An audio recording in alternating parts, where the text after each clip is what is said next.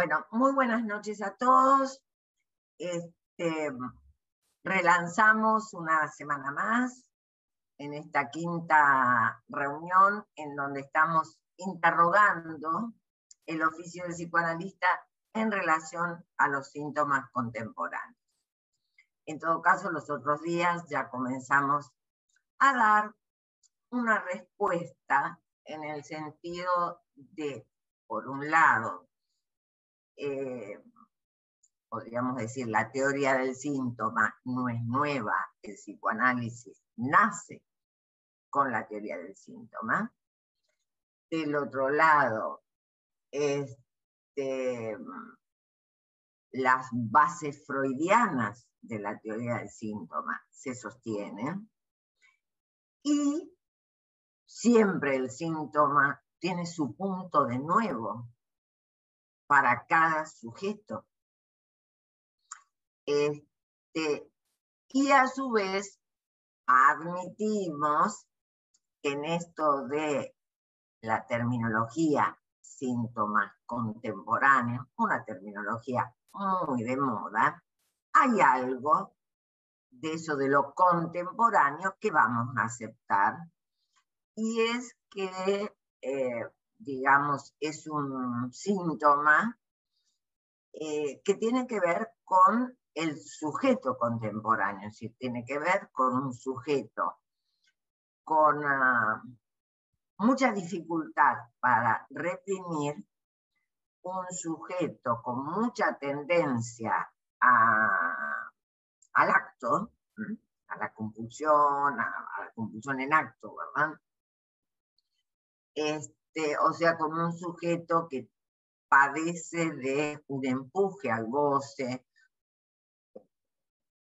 que es lo que yo les explico a ustedes, de que más allá de eso, digamos, o eso se produce porque es un sujeto que obedece a la identidad de impresión, no a la identidad o identidad de percepción, no a la identidad de pensamiento. Y bueno, ya hemos conversado un poquito el tema. Lo importante y lo que vamos a ver hoy es llegar a poder captar dos cosas. Uno, lo freudiano, que es Lacan,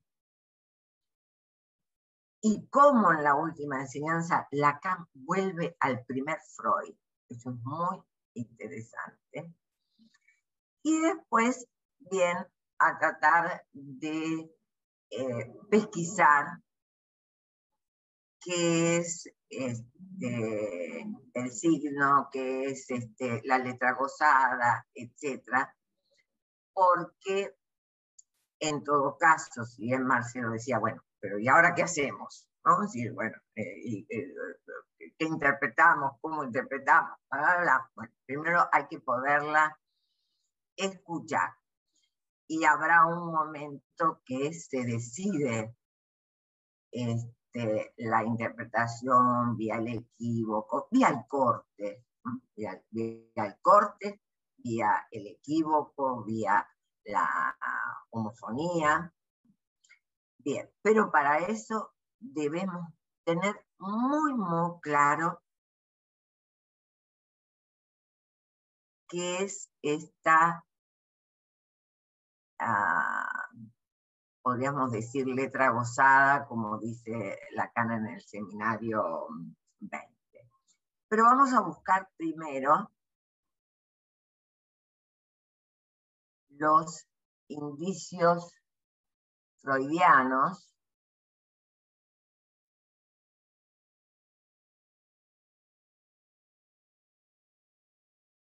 lo hemos logrado, enfrentemos la época, trabajemos juntos, realmente lo hemos logrado. Casi todo el año trabajando juntos. Estas imágenes, esta se la debo exclusivamente y otra más a Diana, que me parece que encontró una imagen muy afortunada, porque si hay algo de lo que se sufre es de la soledad.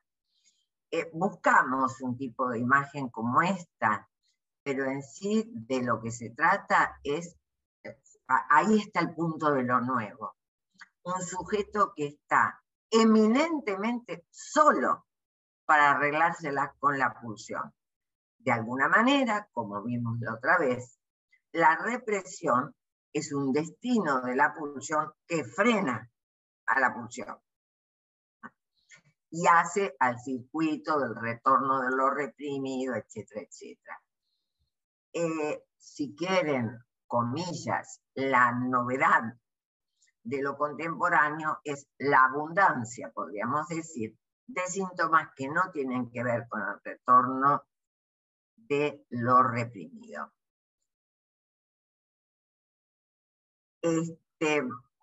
Otra figura, aludiendo a esa soledad, a la depresión, al sentimiento de vacío del ser. Ahí tienen una señorita tomando un café sola, con la vista baja, en fin. Y a nuestro muchacho, que desde hace mucho tiempo me acompaña en esto de la soledad. Y se me ocurrió poner de título el Parlétere contemporáneo merece nuestro deseo. Iba a poner merece que estudiemos. Dije, bueno, merece nuestro deseo de saber, tendría que poner algo por el estilo. Pero realmente creo que merece que lo podamos acompañar. Bueno.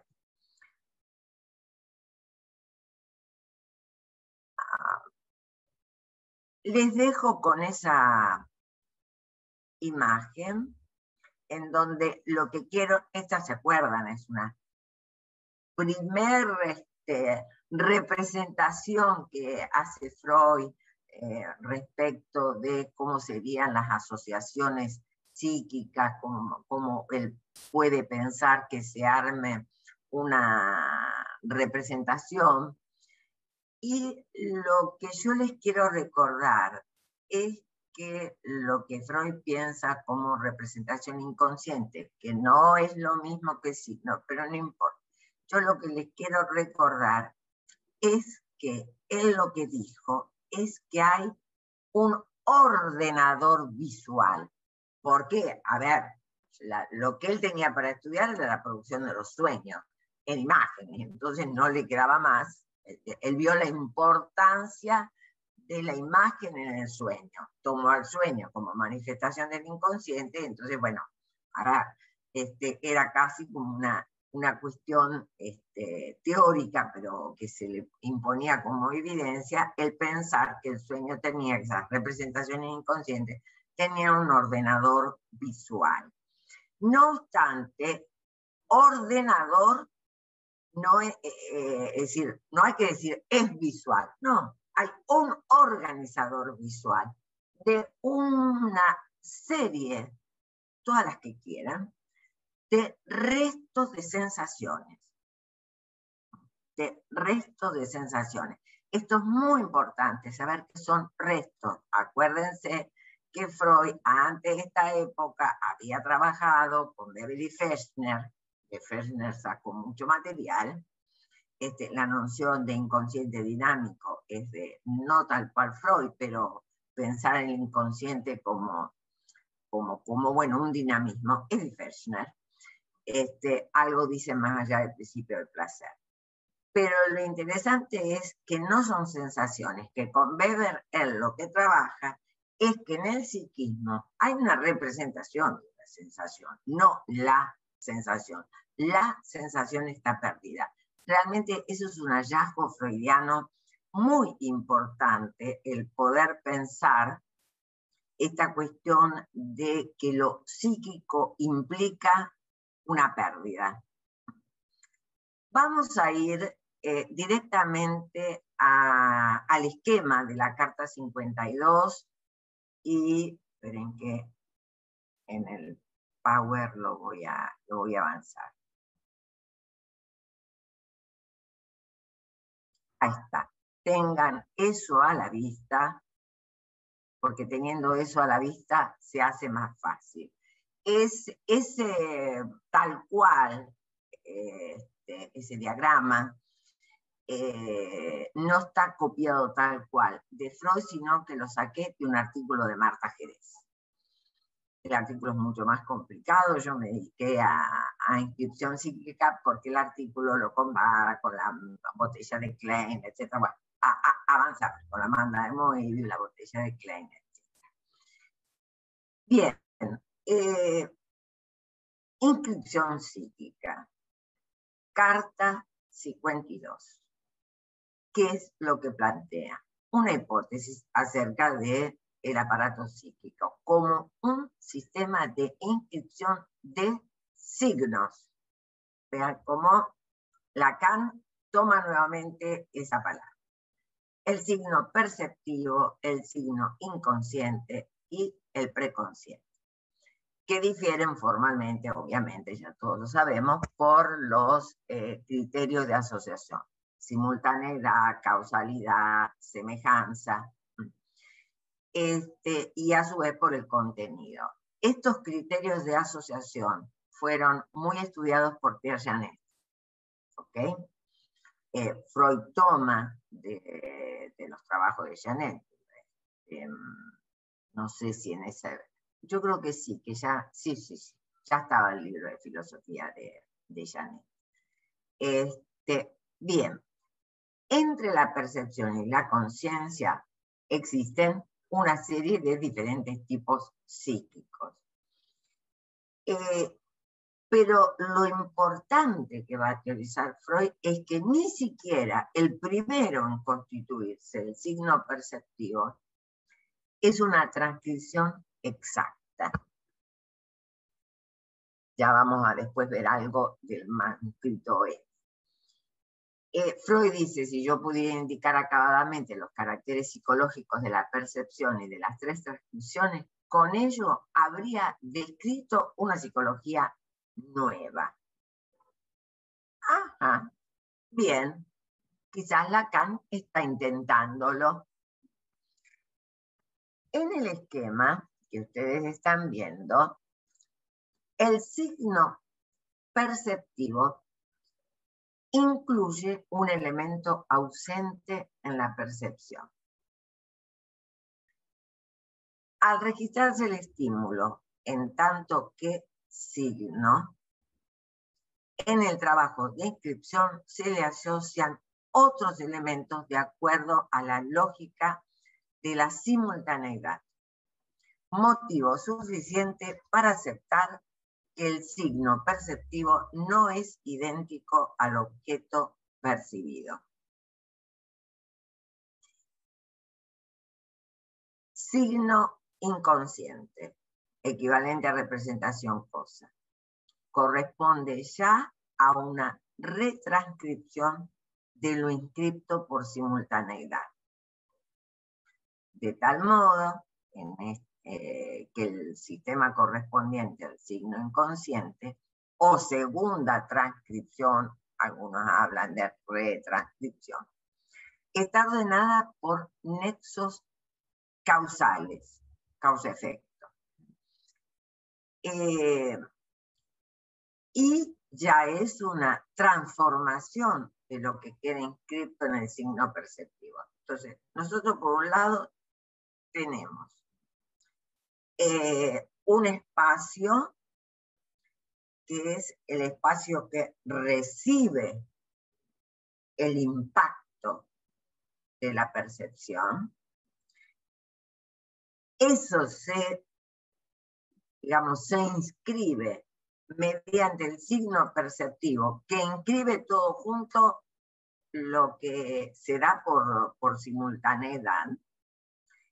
Eso después ya no es la cosa, eso es retranscrito al signo inconsciente que, tiene otra lógica y entonces es como que va armando un determinado collage.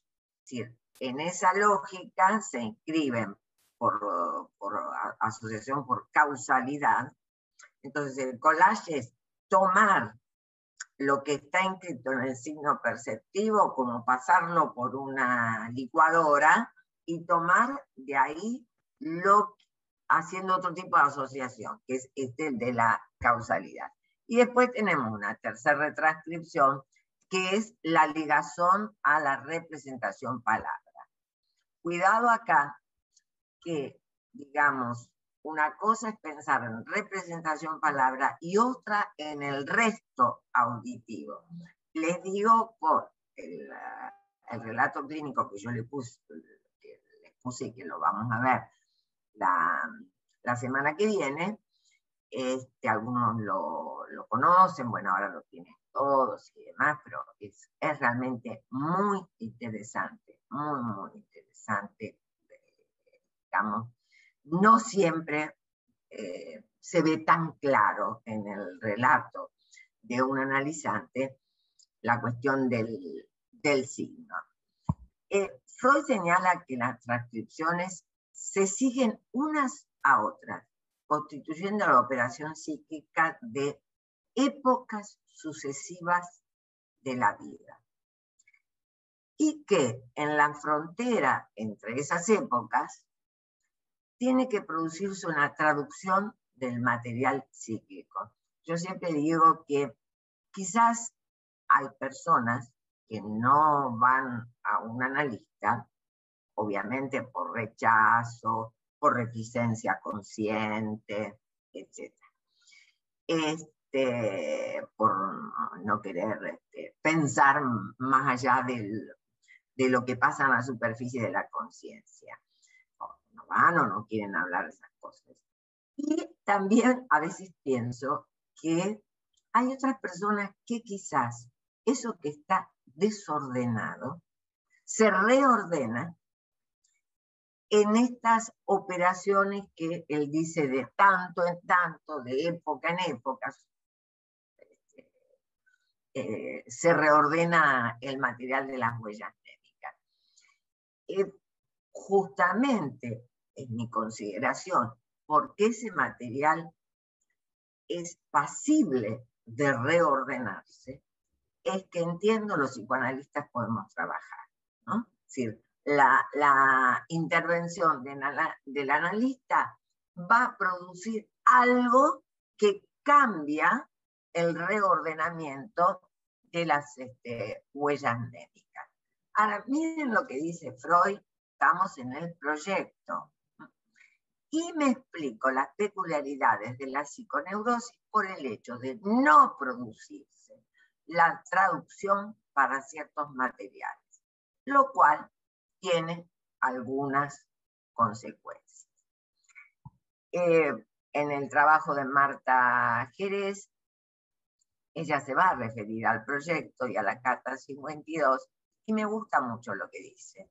En el proyecto de una psicología, Freud concibe diferentes aparatos que responden a un doble requisito: ser capaces de borrar la marca del estímulo para dejar libre y siempre receptiva la superficie, como también conservar en otro sistema aquello mismo que se ha borrado.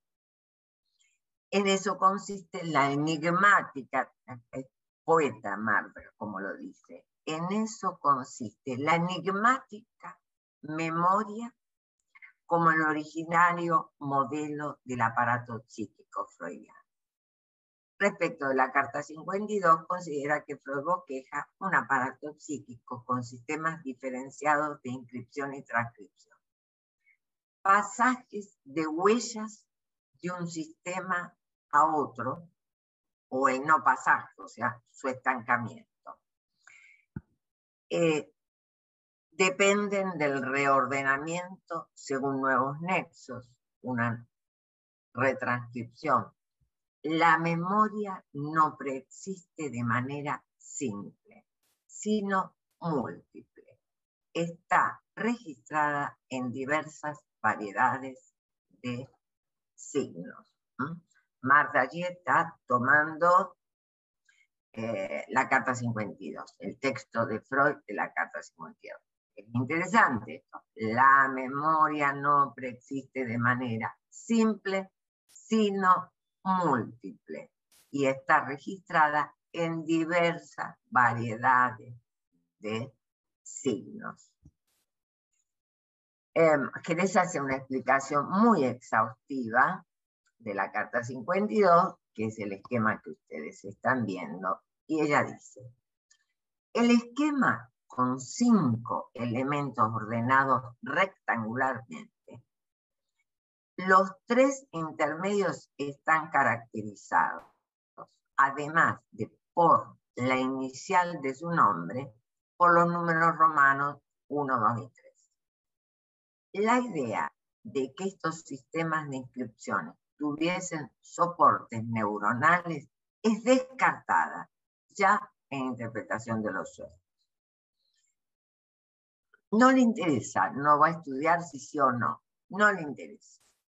No olvidemos que Freud allí dirá: pondremos el mayor cuidado en no caer en la tentación de determinar esa localidad psíquica como si fuera anatómica. Yo siempre digo, lo debe haber intentado y no pudo y no le cerró, y entonces, bueno. Dice Marta, en el extremo izquierdo, ustedes estamos todos mirando el esquema, ¿no? En el extremo izquierdo de la línea está la notación W, Barenhausen, algo así será. ¿Qué implica la notación W? Percepciones que suponen un registro directo de la experiencia, lo que marca como real hacer a un ser que recibe el impacto y no conserva trazas ni memoria de lo acontecido. Esto es interesante porque todavía no es el signo perceptivo, es la entrada de la percepción. Y me parece muy interesante marcar que esa entrada de la percepción deja un impacto, deja una impresión, ¿no? Es decir, está bien, se tiene que dejar libre el espacio para que puedan entrar otras percepciones, pero deja una marca en el ser que recibe ese impacto y que, bueno, no va a conservar las trazas de la memoria. Marta dice son asubjetivas, acéfalas, matrices de una escritura donde un sujeto habrá de advenir. Asubjetivas, acéfalas, matrices de una escritura donde un sujeto habrá de advenir. Estas impresiones sin memorias serán recuperadas o no por las inscripciones ulteriores. Suponen un real originario presubjetivo anterior a la simbolización. Se trata de jeroglíficos asistemáticos, acuñamiento de marcas en la superficie del cuerpo. Allí el goce del cuerpo para Lacan. Creo que lo logró decir muy claro, por eso yo he elegido, bueno, se los comparto a ustedes. Lacan lo que va a decir, aquello que hace a la letra análoga a un germen, la letra en tanto letra gozada, ¿no? Ya en el seminario 20. De estas percepciones se pasa a un sistema primero de los signos de percepción. Vienen las percepciones, pasan, pero lo bueno es considerar que dejan algún tipo de marca asemántica, ¿verdad? Acéfala, etc. Esto de acéfala Entiendo que en Jerez no utilizó acéfala porque si no más. La pulsión es acéfala, ¿verdad? Bien. De allí pasan a instaurar un primer registro o la primera transcripción de tales impresiones. Así se produce una escritura que es puro signo, en lo que Lacan decía el palote, carente de significación y carente de ordenación en el tiempo. O sea, como las características que dio Freud respecto del inconsciente. En este sistema no hay diacronía. De Marta dice, es lo que Freud llamara en 1923 el ello, en la diferenciación que Freud hizo en el 23 respecto del ello y lo inconsciente. Y Lacan, desde 1972, en el seminario AU, que lo va a denominar el goce del otro.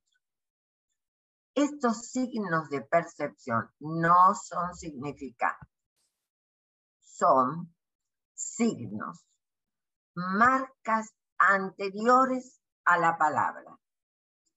De una o de otra manera, el ello freudiano. No hay orden, no hay sentido, no hay tiempo.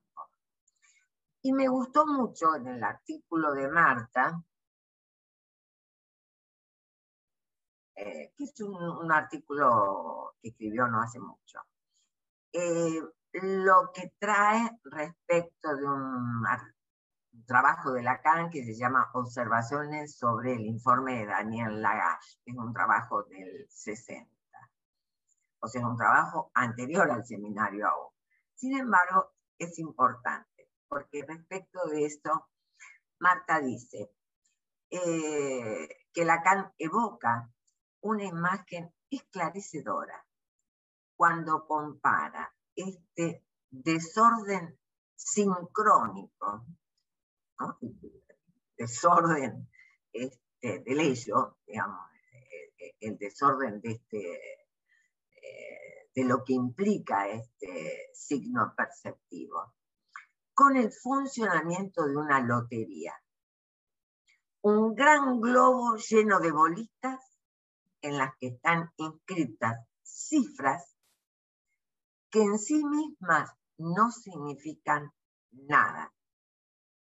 Un desorden de marcas escriturarias, le respeté, para mí son escriturales, se llaman, pero bueno, le respeté la traducción a Marta, un desorden de marcas escriturales que está presto a adquirir significación una vez que se produzca el sorteo. Como que hay un montón de bolitas con marca, con numeritos, con cifras. Bueno, si se produce el sorteo, es allí donde toman significación. Dice, están prestas a adquirir significación una vez que se produzca el sorteo, una vez que ellas vayan saliendo en una cierta secuencia azarosa o arbitraria que las pondrá en relación con una matriz simbólica preexistente, la asignación de premios. En la lotería tenemos una matriz simbólica que está con espacio vacío, pero primer premio, segundo premio, tercer premio, bla, bla, bla. Está el bolillero con todas las bolitas, cada bolita con un número diferente, sale la bolita y entonces uno dice, para el primer premio el número 6666. ¿Okay? Hasta ahí ese 6666 no era nada. En la medida en que, digamos, fue sorteado, se enlaza con una significación y de ser, digamos, asubjetivo, digamos, queda sujetado a una significación. Primer premio. 666, primer premio.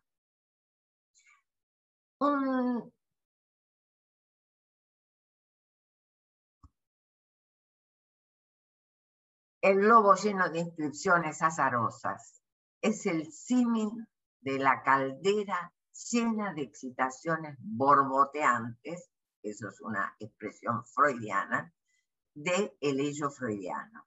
Y Freud agrega, imaginemos que en su extremo está abierto hacia lo somático.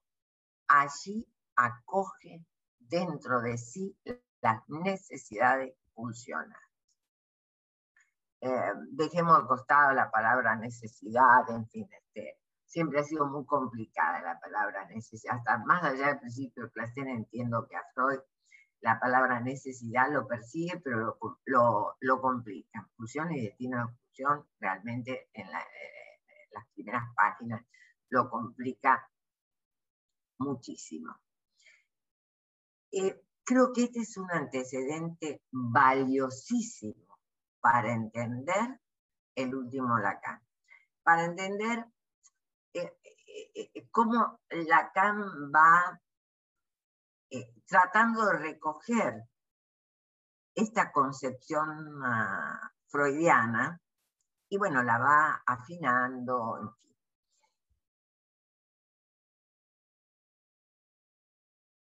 Podríamos decir que hay algo importante, que ya lo he dicho, lo insisto en esto, que en la Carta 52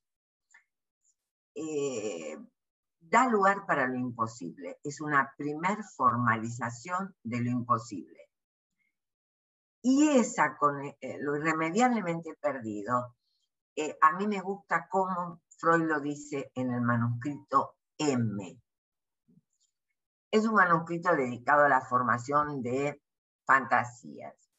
Pero lo que vamos a tomar nosotros es esto que dice.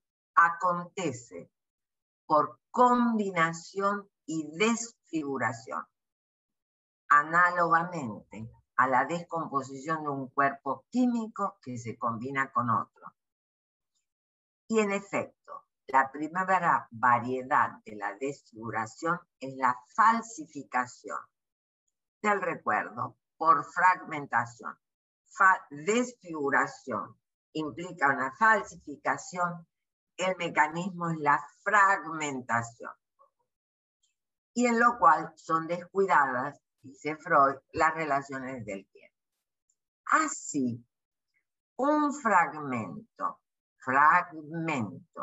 de la escena vista es reunido en la fantasía con otro de la escena oída, mientras que el fragmento liberado entra en otra conexión.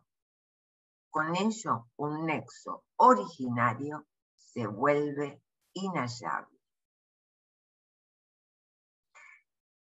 Creo que esto es lo que nos pone en otro plano, completamente distinto a cualquier otra teoría psicológica o cualquier otra teoría sobre lo psíquico. Obviamente lejísimo del conductismo, pero lejísimo de cualquier otra teoría. Porque acá él difiere, Freud está difiriendo, y muy fuerte, respecto de la teoría de la representación en filosofía. En Bonbrentano, en Janet, por algo se discute y mucho con Janet respecto de esto. Él después dice, para ser breve y demás, Freud dice que se ha discutido con Janet por la etiología de la histeria, punto y aparte, y no explica más nada. Pero entiendo que el punto de debate fuerte es que Janet seguía a Bonbrentano en la teoría de las representaciones y Freud le toma el guante a Janet, porque Janet lo que dice es, dejen para los lógicos cómo se dan las asociaciones Y los que estudian lo psíquico tendrían que ver de pesquisar qué es lo que pasa entre la representación y lo que se pierde de ella. O sea, ¿a dónde va a parar eso que se pierde de ella? ¿Deja marca? ¿No deja marca? Bueno, ese es Janet. Y Freud le toma el guante. Ahora, realmente es una teoría compleja de la memoria. No podemos decir tan rápido, ay, bueno, estudió con Boone, entonces es la teoría de la memoria de Boone. No. Está haciendo una teoría de cómo algo queda inscrito en el psiquismo, metiéndole una patita al soma, digamos, pero hay allí todo un efecto de pérdida ya en lo que es la representación. Y además porque la representación, es decir, de la percepción a eso que queda inscrito, hay todo un trabajo de fragmentación, desfiguración, etcétera, etcétera. Y por eso me dice, bueno, a ver, el nexo con lo originario es inhallable. Esto es lo que en Freud lo va a llevar al concepto de construcción. Un análisis terminable e interminable, bien, aparece el concepto de construcción, porque, bueno, no es que estas impresiones, digamos, van a aparecer como recuerdo, o si aparecen como recuerdo, es un touch de algo, ¿verdad? Un coup, como diría Lacan, ¿no? Bien, lo perdido da cuenta de una existencia. Lo perdido es una existencia. Y que da cuenta de lo intransmisible. Y que eso intransmisible, a ver,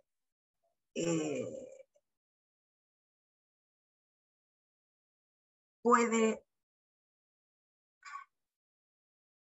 elaborar o puede ponerse en trabajo en un proceso de transmutación. Desde el efecto de pérdida al efecto de causa. ¿Qué es lo que nos interesa? O sea, lo que nos interesa como analistas. Ahí tenemos sí una lectura muy lacaniana retomando a Freud, porque no nos interesa el recuerdo. Recordó, se hizo consciente, habría como otra lectura de se hizo consciente lo inconsciente, ¿verdad? En el sentido de muchas veces se ha tomado en una, digamos, lectura literal de hacer consciente lo inconsciente, bueno, aquello que fue reprimido es recordado, el pellizco de Emma. Emma lo recuerda, etcétera, etcétera, se hizo consciente lo inconsciente. Pero hay algo más. Freud decía que la cura iba a venir por añadidura después de hacer consciente lo inconsciente. Bien, esa es la experiencia freudiana. Lo que va a agregar Lacan es mucho más exigente, como quien diría. Si recuerda, cómo recuerda, etc., no es un problema que le interese a Lacan. A Lacan lo que le interesa es que esa existencia, que podríamos decirlo intransmisible, ese es el nombre que tiene la teoría lacaniana, que esa existencia pueda transformarse, ¿no? Y de ser una pérdida, sea causa de deseo.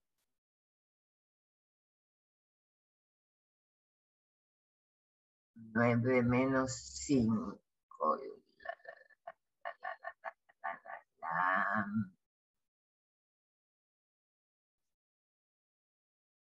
Bueno, yo creo, en todo caso, me mandan preguntas o respecto de lo que dicen en el seminario 17, el 11, que va a hablar de ética y automatón, etcétera, etcétera. Después, en el 17, lo interesante es que ya va a hablar de rasgo unario como un medio de goce, el S1 como rasgo unario, medio de goce, marca de goce, le va dando vuelta, y ya en el seminario 22 en RCI habla de la letra gozada y la LAN.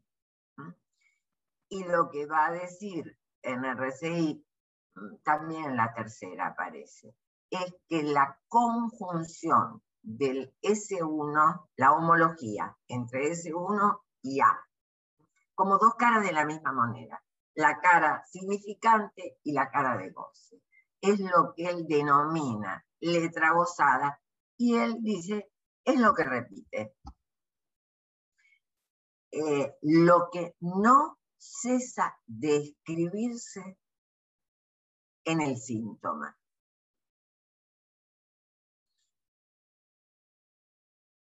La lengua es el material en que la repetición corporal del goce se inscribe y suple el goce todo que no hay. Aquí realmente Lacan da un salto muy interesante. Acá es donde considero yo, ¿verdad? Que viene girando desde el seminario 11, seminario 17, seminario 20, seminario 22, pega el giro total. Pega el giro total en el sentido, o pega un gran giro, termina la idea en el sentido de que la letra ya no es el soporte material del significante, ¿verdad? Sino que la letra es un soporte material, pero que está inscrito en el cuerpo, que es un soporte de algo que se inscribe en el cuerpo, de ese todo goce que no hay. O sea, es interesante, porque así como podemos decir, no hay relación sexual, no hay relación de complementariedad entre los sexos, del otro lado, hay algo que suple ese no hay, ¿no? Hay algo que suple ese no todo, y es ese goce, esa marca de goce que se inscribe en el cuerpo. Y desde ahí sí podemos leer de que el síntoma es una satisfacción sustitutiva. ¿Sí? No hay una satisfacción plena, y el síntoma ofrece una satisfacción sustitutiva a partir de repetir ese goce encarnado. Por eso es que en radiofonía va a decir, ¿no? Que ese goce encarnado hay que poderlo pasar a un goce contabilizable. O ese goce que suponemos a este lugar psíquico llamado ello, hay que poderlo hacer pasar. Yo siempre digo a un goce no solamente que se contabilice, contabilice, sino realmente a un goce que se pueda contar, bla, bla, bla, bla, bla, bla, relatar, pasar al relato.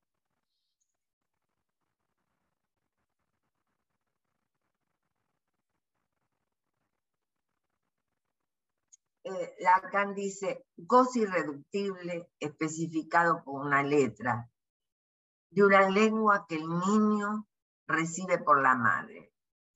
Letra que no comprende, pero esto viene del seminario 5 ya, letra que no comprende, pero que manipula, sabe que lo atañe. Lo menciona en el seminario 5, por eso le pasé unos power que habíamos visto del seminario 5, y lo repite y lo explicita más en una conferencia que da en la Universidad de Yale. Al tiempo que la madre le habla a un niño, erogeniza su cuerpo. El sonido, ese sonido que va dirigido al niño, lo erogeniza. Así como lo erogeniza, digamos, lo traumatiza, tomando como trauma lo que decía Freud, un exceso, ¿no? Una cantidad de excitación que el aparato psíquico no puede tramitar, y entonces que ese exceso queda ahí condensado, intentando elaborar, deja marca, deja escritura en el cuerpo, va a decir Lacan, que ese proceso de erogenización que hace la madre, de libidinización, lo que va a dejar es escritura en el cuerpo. La madre o todo aquel cuidador del niño, todo aquel primer otro, pueden ser varios, los que ocupen ese lugar de primer otro para un bebé, un infante. Esta escritura, vuelve a decir Lacan en Yale, es asemántica. Dice, es el resultado de que el lenguaje afecta al cuerpo, se entromete, lo perturba, implicando una pérdida inicial de goce. O sea, a partir de ese lenguaje que impacta en el cuerpo, se pierde el todo goce. La lengua hace de suplencia, fija y repite un goce singular, un modo inolvidable e irreductible de satisfacción de la pulsión a modo de conmemoración. La lengua, ¿verdad? O la lan, hecha de letra gozada, hecha de huellas que no tienen ligadura, ha fijado un modo de goce, en donde lo que cuenta es el monto de excitación. Su repetición no proviene del retorno de lo reprimido, sino del más allá del principio del placer. Como lo trabaja Freud en el capítulo 3 y 5 de Más allá, como repetición de huellas no ligadas. Lo verdaderamente traumático no son las escenas de seducción, ni de castración, ni la visión del coito de los padres, que esto es Lacan, sino la relación a la LAM. Esto está en el seminario 24, lamentablemente inéditos. O sea, lo traumático es esa escritura, es la cantidad de excitación acumulada y que ha quedado inscrita en el cuerpo y que ha sido provocada por la lengua materna, de lo cual solo quedan restos de vivencias, restos de impresiones, restos de percepciones, en todo caso, yo les diría afectaciones del cuerpo, que las más de las veces la clínica nos trae como restos de lo visto y lo oído. En todo caso, a veces pienso que esos restos de lo visto y lo oído por el lugar que ocupan a nivel funcional, lo visto y lo oído, es lo que más aparece en un trabajo analítico, porque, digamos, es lo que más perturba. Creo que tengo en mi Power algo más.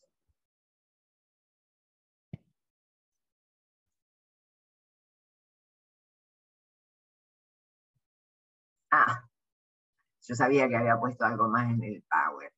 ¿Se acuerdan? Este era un dibujito que se me ocurrió a mí, un mamarracho, pero cuando hablaba de delta, en el sentido de, podríamos decir, es una imaginarización, una necesidad lógica de pensar un sujeto que todavía, un sujeto que no entró en fórmula, es decir, ¿no? Imagínense que este cuadrito es todavía no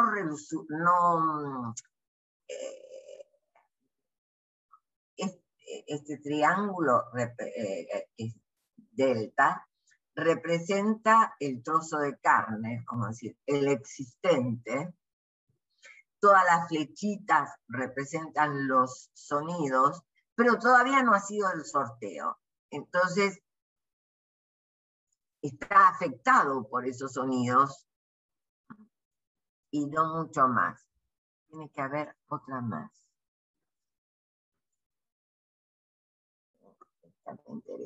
Ahí está.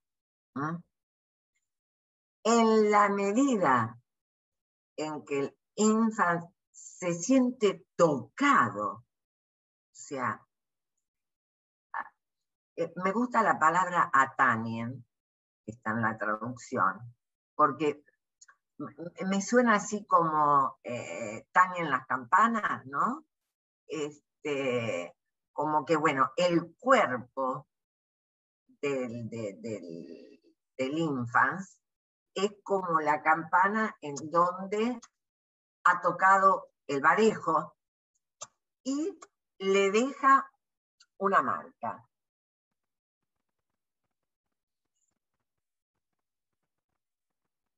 No importa esto.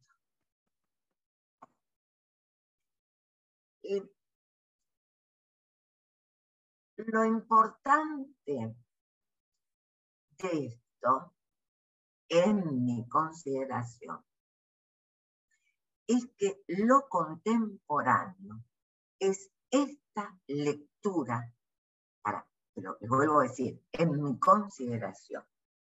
Bulimia, anorexia, toxicomanía, bla, bla, bla, bla, bla, las hubo siempre.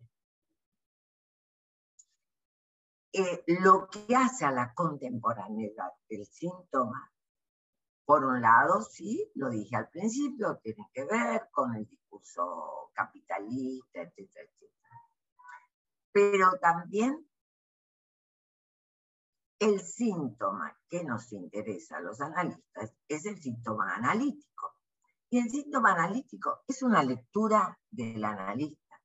Entonces, entiendo que lo contemporáneo es hacer esta lectura del síntoma como aquello que hace trauma, como aquello que se ha inscrito en el cuerpo, como un signo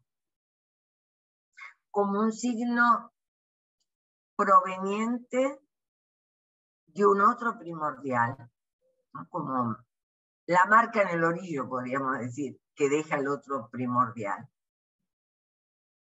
¿no? Como una marca de goce, y que a veces puede ser terriblemente perturbador en la vida de un sujeto. No sabemos cuándo. Si no, que nadie sabe cuándo eso va a venir a perturbar.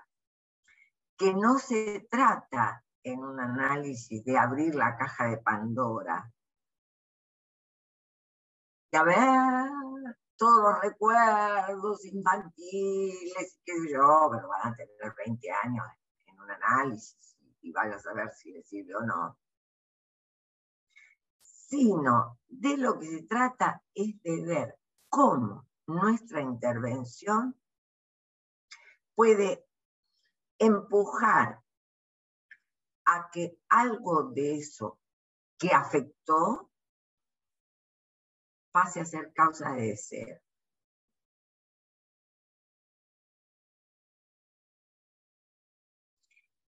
Y quizás el furor interpretandis, quizás no, el furor interpretandis debajo del bracito, en el bolsillo o al tachito de basura.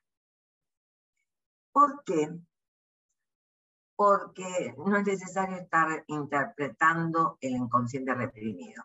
A usted le pasó esto porque pipí, pipí, pipí, pipí.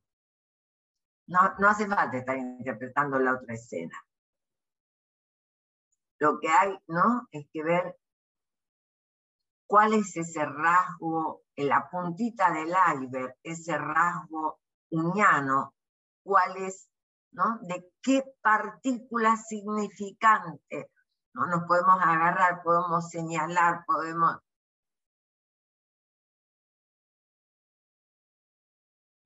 para tocar algo de ese goce.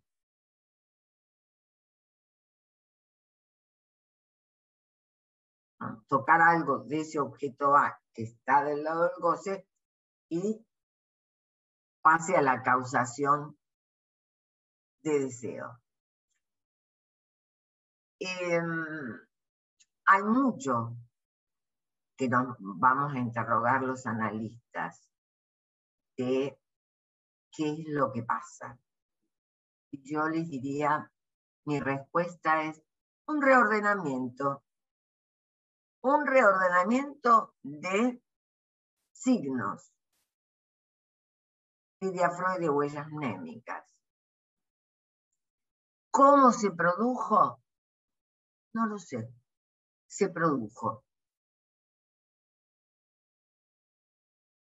Lo importante es que se produzca, no explicar cómo se produce. Ahí es donde yo escucho a ese Lacan que dice, no nos toca explicar por qué se quedó muda, nos toca hacerla hablar.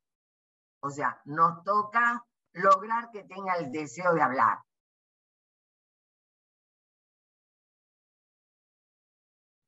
Bien, hasta acá llego.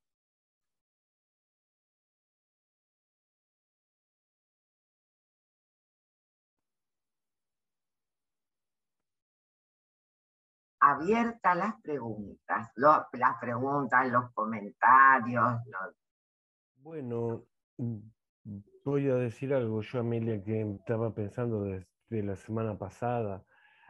En todo esto, en todo este desarrollo, ¿cómo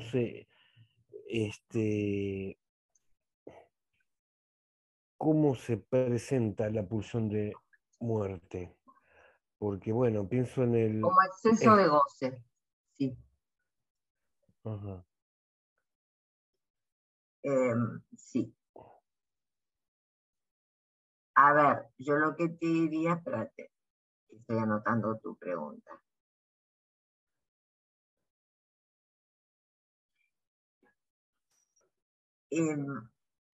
Lo que te diría es que se trata de acotar la pulsión de muerte. Esa pulsión que está más allá del principio del placer. Ese exceso de quantum de la pulsión. Y creo que, digamos, cuando aparece el síntoma X, la mujer del relato clínico que vamos a ver, el odio loco con el marido. Un odio terrible, inexplicable. Bien, evidentemente lo que tenés que pensar es que detrás de ese odio tan terrible, inexplicable, hay algún signo cargado en exceso. A ver, Freud te decía, el aparato psíquico tiene que tener un montante energético, sí o sí, porque si no, no funciona. O sea, no puede estar en nivel 0, tiene que estar en un X nivel. Y va a tratar de mantenerse ese nivel en forma constante. Entonces, ¿qué es lo que hace? Cuando algo entra a una percepción, supongamos, cuando algo sube el nivel energético, produce un defecto en el sistema y para desembarazarse de ese defecto se produce un efecto X. X puede ser un acto, una pata a un vidrio, un acto, o puede ser un recuerdo, algo que se dice, pero es una derivación de ese exceso de energía que no puede ligarse. Y logra ligarse. La teoría del dique de Freud. En la medida en que no logra ligarse ese exceso,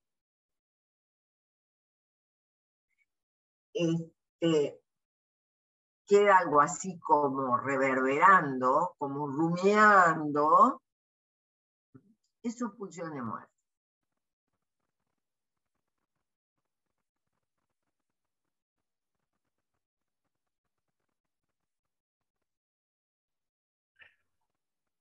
Pero de alguna manera, pese a que no entre en el discurso, se puede llegar a subjetivar algo, digo, a través de los imperativos superyoicos. Puede que sí, puede que no. Sí. A ver, como analista yo te diría, sí, rotundamente, pero es muy teórico, es decir, sí, rotundamente. Puede que sí, puede que no. En el sentido de quizás como analista no me entero. ¿Cuántos cambios? Es decir, a ver, ¿cuántos cambios produce un analizante? Y uno no sabe por qué.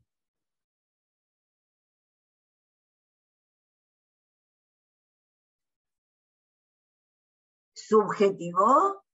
Yo diría sí.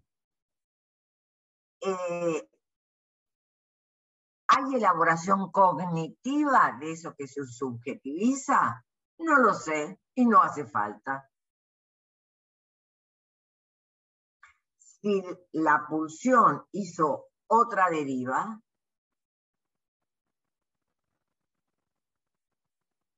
posiblemente haya una subjetivación, pero lo importante es que la pulsión haga otra deriva.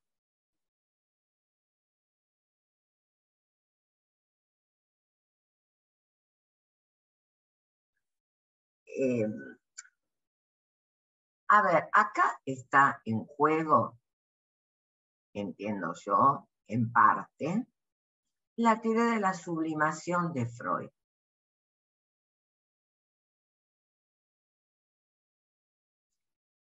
En el sentido, ¿no? La sublimación a nivel químico implica, digamos, un pasaje directo de, no me acuerdo si era de lo sólido de lo soluto a a lo gaseoso, que eso es la economía de la sublimación. Y creo que en esto está en juego esta cuestión. Es decir, que aparezca la sublimación como destino de la pulsión. Es otra manera de ver la cosa, lo trabaja Lacan. No lo traje yo porque, bueno, demasiadas cosas. Pero cuando vos decís, bueno, cómo se presenta la pulsión de muerte, lo que estás pensando es en los destinos de la pulsión. Y yo lo que te diría es, bien, en tanto la pulsión va cambiando de destino y deja de satisfacerse mutilantemente,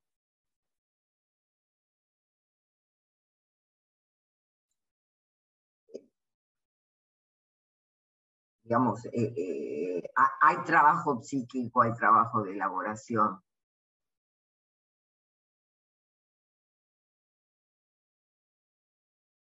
Y si querés, hay acotamiento de la pulsión de muerte.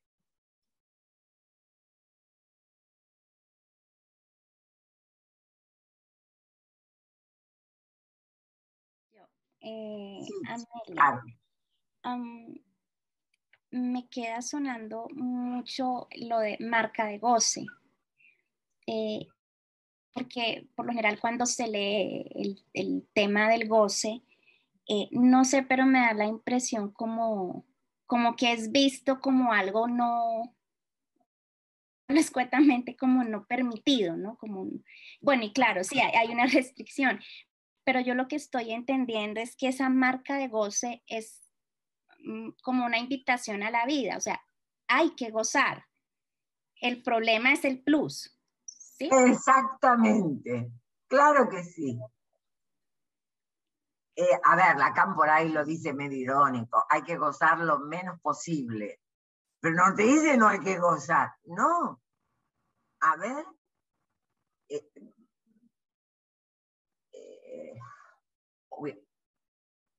es decir, sin marca de goce, no hay sujeto, es decir, es trozo de carne. Yo creo que todo humano está marcado, tiene una marca de goce. Claro, evidentemente, a ver, una pequeña... Amelia, y me queda otra cuestión rondando y es respecto de la memoria, de las transcripciones. Con todo este tema de la memoria histórica, de la recuperación de la memoria en los procesos de conflicto armado, de todo esto, yo escucho mucho que se trabaja en pro de esa recuperación de la memoria y la escucho en los psicoanalistas, pero siempre me ha surgido la duda de cuál recuperación de la memoria si lo que hay son transcripciones, ¿sí? Entonces, no se puede recuperar. Creo que el término no es recuperación, sino, bueno, el texto de construcción. Elaboración, elaborar, ¿cierto? Para mí, lo que, a ver, lo mismo pasa en Argentina con todo lo que tiene que ver, por ejemplo, con la dictadura militar, ¿no? En donde recuperación de la memoria es algo así como recuperación de los argumentos, recuperación de los hechos, bueno, qué pasó, qué no pasó, bla, bla, bla, bla. Bueno, digamos, es recuperación de argumentos. Pero analíticamente, en un análisis individual y demás, en todo caso sería construcción de una memoria. ¿Qué es lo que, por eso yo elegí ese caso que les puse, ahí está completo lo que yo decidí publicar, su fenómeno de alucinosis y no era una psicótica.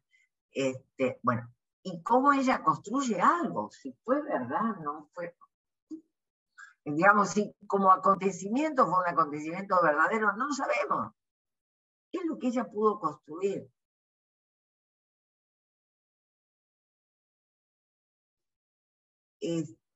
Que la saca, que en todo caso, lo importante es que eso que pudo construir, la saca del odio, del rechazo al otro, que no era cualquiera, era el rechazo al amado. Ahora, en esto del conflicto armado, hay quienes están trabajando algo, y vamos a ver para dónde van, porque es difícil, trabajando algo respecto de la memoria en el cuerpo, respecto de la afectación del cuerpo. Ahí estoy. No, en relación a esto que vos decís, esto último, pues siempre es una cuestión a tener en cuenta, como todo psicoanálisis, la clínica en transferencia, ¿no? ¿Y qué le pasa al analista? Porque recuerdo, yo como mucha gente de nuestra generación, hemos asistido a muchas víctimas y en mi caso también a victimarios.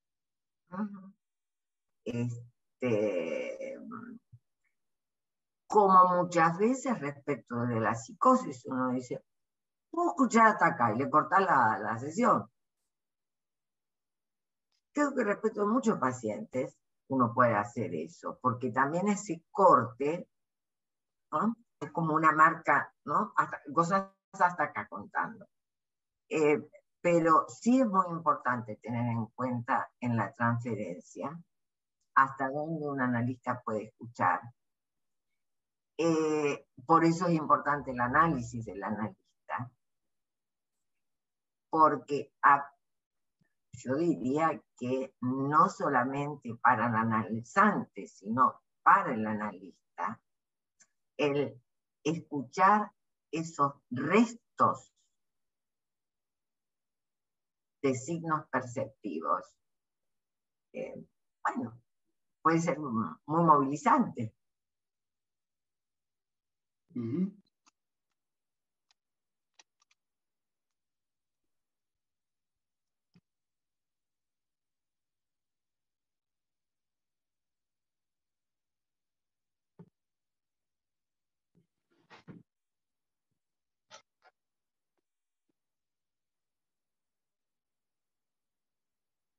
Lo importante es que desimaginaricen la cuestión de lo visual.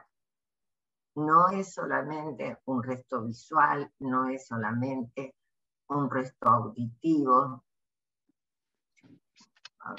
Una paciente era el olor a lilas. O, a ver,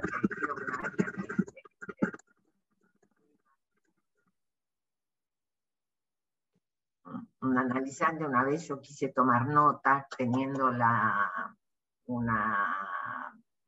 pues, no tablet, no existían las tablets todavía, bueno, una computadora chiquitita en la falda, pero hacía un poquito de ruido. ¡Ese ruidito! ¡Por favor! ¡Ese ruidito! A partir de eso, todo lo que elaboró, ese ruidito.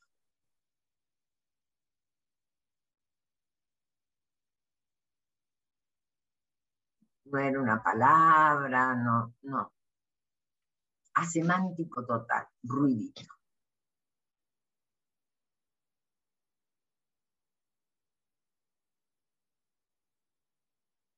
Ella hizo lo que pudo con el ruidito. Primero en la transferencia enojarse conmigo. Sí, pero si podía me bajaba piña. no lo soporto. ¿Cómo usted no se da cuenta que no lo soporto?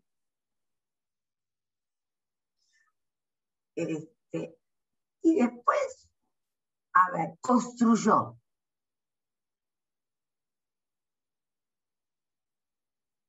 Pero lo importante es que en ese construir,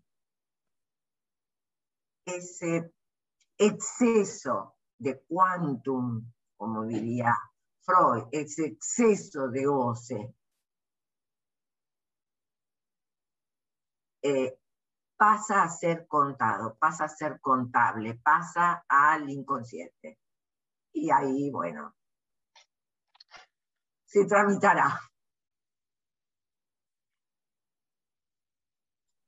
Creo que en todo caso algo nuevo, ahí va, algo nuevo para los analistas es que la mira no está en el retorno de lo reprimido, ¿no? Que la orientación de la escucha no está, o no está solamente, podríamos decir, en el retorno de lo reprimido. Sí, Edmundo. Sí, no, muchas preguntas. Esto último que no solamente está en el retorno de lo reprimido y la relación que vos hiciste, esto nos lleva directamente a la idea de la construcción, ¿no? Creo que cuando Freud trabaja la idea de la construcción, está como notando que la interpretación a veces no alcanza o no es posible, y entonces él genera ahí una construcción para producir efectos a veces medio terribles en el paciente. Pero yo quería puntualizar esto en relación a la pregunta del otro día de Marcelo también, de la pulsión de muerte y el lenguaje, porque yo lo pensaba, y acá estaban tratando de sintetizar esto, a ver si vos coincidís. Yo tengo la pulsión de muerte, el plus de goce, todo esto que estamos diciendo, del lado de en Freud, lo que sería la fijación libidinal, el éxtasis, el exceso de libido en un órgano, por ejemplo, que Freud explicaba así la lesión de órgano, ¿no? La neurosis de órgano. Y lo relacionaba esto también a cómo el concepto de mezcla y desmezcla, de pulsión de vida y muerte, de intricación, desintricación, esa palabra que es medio raro en las traducciones de Echeverry, y que la idea de la pulsión de muerte es muda, es pura y no liga, no tiene ligadura, y que Eros cumple la función de libidinizar, de ligar, ¿no? Y de ligar a través de, bueno, no, una lectura muy materialista diría, bueno, ligar a otros objetos, pero en realidad es ligar a través del lenguaje a otros representantes. Pensaba esto de poder pasar ahí del signo perceptivo las representaciones de cosa, palabra, ¿no? Como sí, justamente poder pasar a representación, el sujeto pero atrapado en relación a transferencia, ¿eh? Sí, porque nosotros decimos, bueno, el deseo del analista se juega ahí en hacer hablar al paciente, en que el paciente pueda hablar de esto, decir algo, ¿no? Sí. Y bueno, ahí a ver, hasta acá me parece que coincidimos. Se me hace un nudo o una duda con esto, lo tengo un poco del lado del bla, bla, bla, pero vos acabas de decir, y yo sé que hay que tener ciertos recaudos con esto, que no es cuestión de... Imaginariamente esto puede llevar a la idea de que hay que estar interpretando permanentemente cosas así, y no es eso, ¿no? Entonces, no sé cómo, bueno, si vos podés aclarar un poquito más esto. La idea es que por un lado uno tiende a generar que el paciente pueda relacionar, ligar, hacer circular este goce ahí atrapado. Pero yo creo que esto ya está en Freud de la dinámica de la transferencia. Cuando te dice, y en la lección 27. La lección 27 no es de mi agrado, pero sí, en todo caso, lo que tomo de allí es que dice que el analista es objeto de la transferencia. Eso me parece como muy importante. Ahora, ya sobre la dinámica de la transferencia, Freud te habla de que se trata de una libido que está como atascada, fijada, en un tiempo anterior, dice él, pero como atascada, fijada, desmezclada, ¿no? Porque no puede proseguir con, digamos, el lineamiento que sería la vida, las funciones heteros. Ahora, lo que él dice de esa libido atascada es que el analista va a ser el polo de atracción de esa libido que está atascada. Y yo lo que pienso es que, a ver, estas marcas no son sin el prójimo.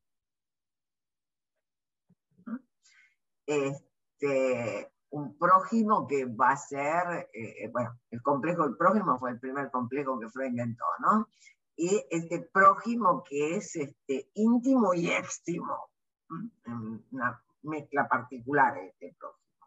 Y yo creo que el analista, ofertándose a la transferencia y sosteniendo la transferencia, está en el lugar de posibilitar la construcción de un nuevo prójimo. Y a partir de ahí, yo considero que es el analizante el que construye. Aquí tengo una diferencia respecto de Freud. Freud habla de la construcción del lado del analista, es el analista el que hace la construcción. Y yo lo considero es que una variación que hace Lacan es que es el analizante el que construye. El que arma un relato, el que... Ahora, quizás en un primer momento de análisis puede haber interpretaciones en sentido de desciframiento, una manera, vos los otros días cuando estabas el ejemplo de, bueno, hay que hacerla hablar, entonces yo le pregunto, ¿cómo se corta? ¿Arriba para abajo, abajo para arriba? ¿Con qué se corta? Esto, lo otro. De alguna manera estás ayudando a descifrar, estás empujando a un desciframiento, porque ahí donde vos le estás diciendo, bueno, ¿cómo se corta? ¿Con qué? De arriba para abajo, abajo para arriba, de un costado para el otro, pero estás, ¿no?, incitando, como quien diría, estás convocando a que la paciente haga un desciframiento de lo que hace, de que eso que hace en acto, lo hace, se corta, ni sabe cómo, de golpe tiene que frenar y comenzar a relatar lo que hace. O sea, ella lo interpreta, ella lo descifra y lo está interpretando su acto. Vos también con la pregunta estás interpretando. Hay todo un primer momento, una primera lógica del análisis que tiene que ver con ese tipo de intervención. Después me parece que el analista es muy callado. Juega sus bazas. Sí, juega sus bazas. O sea, no es cadáver. Yo no la voy con el analista cadáver. No entiendo que Lacan diga jamás el analista cadáver. Pero en todo caso, cuando te dice que la intervención es vía el equívoco, la homofonía, el corte, o sea, es una intervención sobre el objeto de la pulsión. Y entiendo que cuando él te está diciendo la intervención sobre el objeto de la pulsión, bueno, viejo, es que apuntes a estos signos. Signos que hay que calcular. Y ahí está el trabajo del analista. Y ahí es donde yo digo, Sí, capaz atención flotante puede haber porque hay cosas que uno capta y no sabe cómo las capta. Pero del otro lado, hay mucho trabajo del analista. Se tiene que construir una lógica porque tiene que calcular si se trata de la punta de un iceberg o no. ¿Levantada? Sí, Amelia, gracias. Dale. Es que escuchando a Edmundo me surge una pregunta que hace rato tengo y no he podido resolver y es, ¿cuál es la diferencia entre la libido y la pulsión? Me cuesta mucho, Amelia. Bien.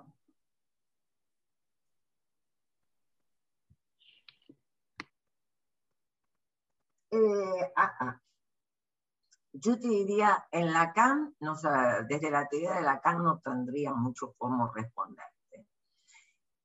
Yo, porque también me resulta confuso en Lacan, y además Lacan el término libido lo abandona pronto. Se lo refiere a Freud y lo abandona pronto. En Freud entiendo que la libido va en el orden de la pulsión de vida, va en el orden de lo que después se llama pulsión de vida. Es la energía psíquica que después va a estar aplicada a la pulsión de vida. Y el término pulsión me parece que está más ligado a un exceso de energía que puede o no derivar en libido. Es decir, si se liga, deriva en libido y en pulsión de vida. Si no se liga, queda como, más allá del principio del placer, queda como pulsión de muerte. Es decir, libido es uno de los nombres de la energía psíquica en Freud. Y pulsión también. Pulsión fue una denominación posterior, quizás más abarcativa, no lo sé. Edmundo, vos que manejas bastante esta psicología freudiana. Esto tiene que ver con los momentos de las teorías funcionales en Freud. La primera dualidad pulsional eran las pulsiones sexuales versus lo que él llamaba las pulsiones del yo o de autoconservación. Él las llamaba pulsiones también. Pero, sí. Y la libido era eso, era la energía de la pulsión sexual. Sí. Creo que podría, ¿no? Sí. Sí.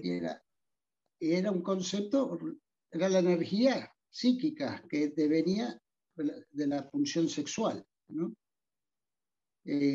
Después, cuando él desarrolla la dualidad pulsional eros-tánatos, pulsión de vida, pulsión de muerte, abandona ya.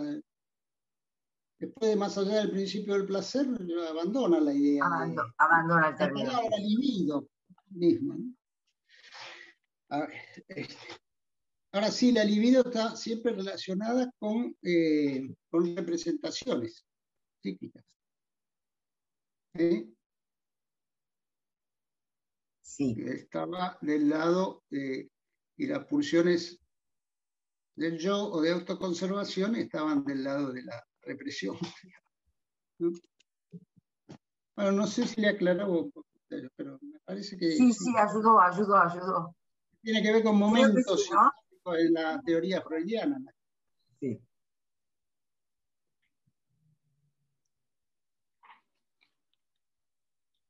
Igual creo que uno sigue manejándose con esta idea de la libido del lado de Eros y, bueno, la pulsión de muerte equivalente a lo que en otro momento podían ser las pulsiones de autoconservación, ¿no? Freud llama así en su primera esbozo de aparato psíquico. Pero bueno, eso es la cuestión. La represión estaría en ese sentido del lado de la pulsión de muerte, cosa que después no. Después no sostuvo. No. Bueno, eso. Yo creo que el libido él lo utiliza hasta introducción al narcisismo, me parece. Y después, como después de más allá del principio del placer, creo que ya no habla de libido. Claro, en la introducción al narcisismo él dice, bueno, la libido que viene regresa al yo y ahí cambia la dualidad pulsional, pulsiones de objeto y pulsiones del yo. Tal cual.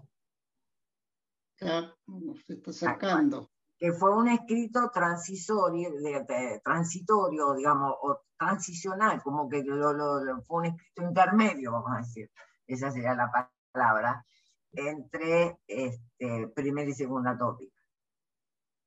Y entre las diferencias de las teorías de la expulsión.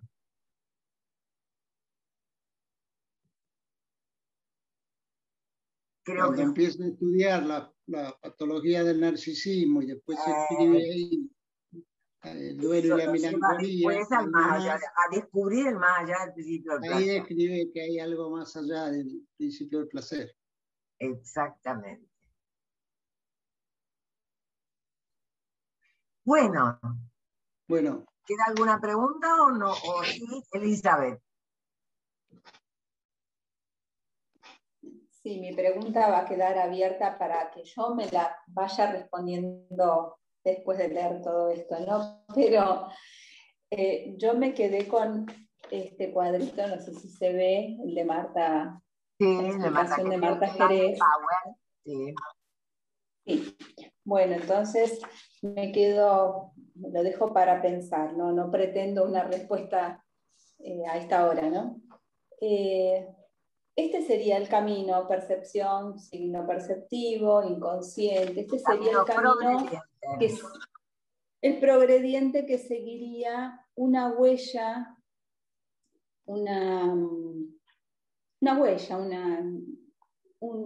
sí, yo diría una huella, que puede seguir ese camino hasta la conciencia o detenerse sin llegar a la conciencia, quedar en represión primaria o represión secundaria, de manera preconsciente.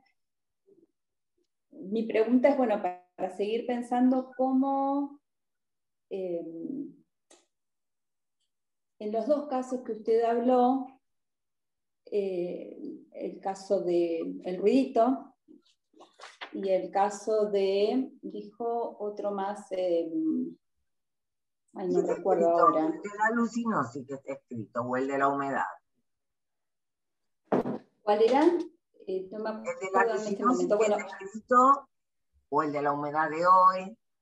¿Qué vas a preguntar? A ver. Sí, no, pienso que si bien, bueno, estuvo la percepción, el del nacimiento, claro, el del nacimiento. El que se golpeaba y gritaba. Pues si pensamos en el nacimiento, bueno, Freud siempre habló del trauma del nacimiento como un acto en el que hay un exceso de libido, una excitación que sea el aparato psíquico precario que hay en ese momento. En ese caso todos tendríamos algo, una percepción en donde no hubo posibilidad de significarla ni de vehiculizarla en ese momento. No hay vehiculización posible con un aparato psíquico que no tenía huellas, como primera huella.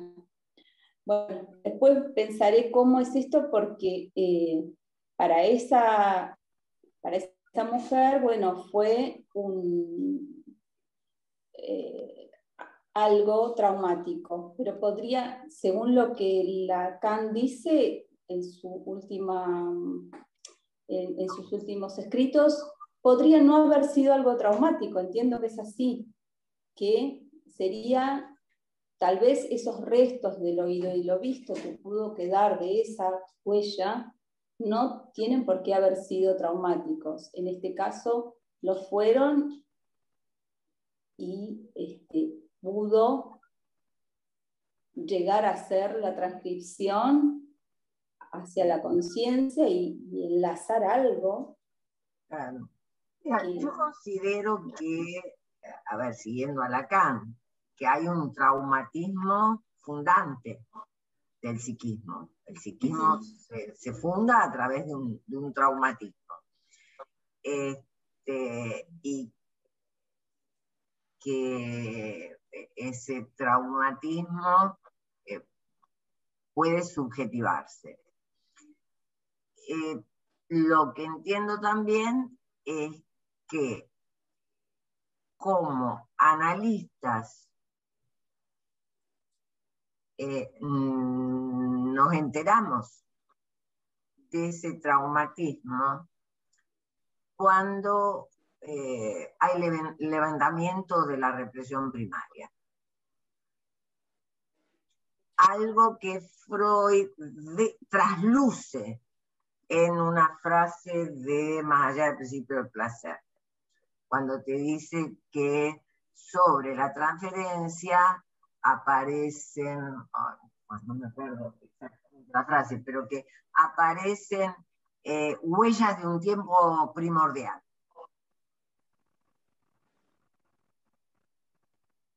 No me acuerdo si capítulo 3, capítulo 5, es una frase que... La herencia arcaica.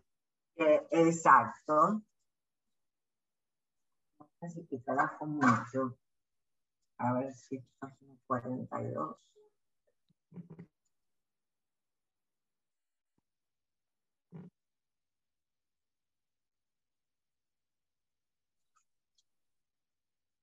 Hay una frase en la página 42, ¿no? En donde dice la repetición de una evidencia primaria de satisfacción, en donde todas las formaciones sustitutivas y todas las sublimaciones son insuficientes para cancelar su tensión acuciante.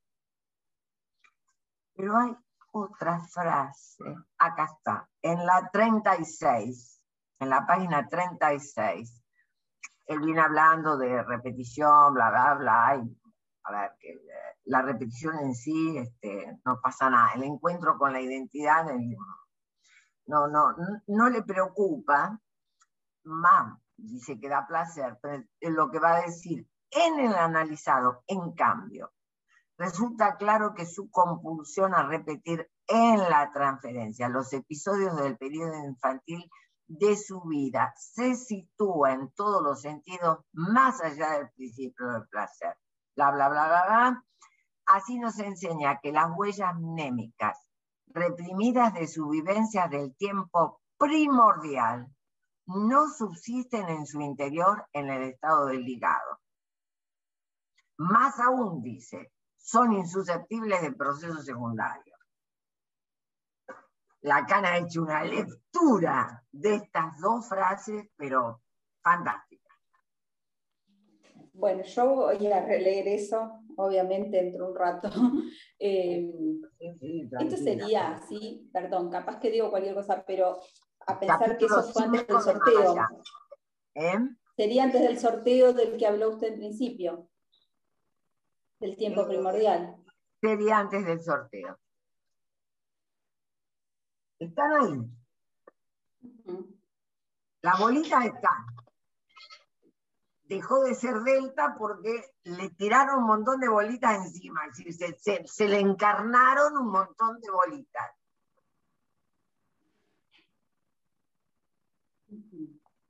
Lo que entiendo es que todos tenemos esa bolita, es decir, eso es la fundación del aparato psíquico. Lo que entiendo es que eso genera un nivel de entropía que puede llegar a perturbar. Y es ahí cuando, digamos, viene el consultante, cuando aparece inhibición, síntoma y angustia, como que diría.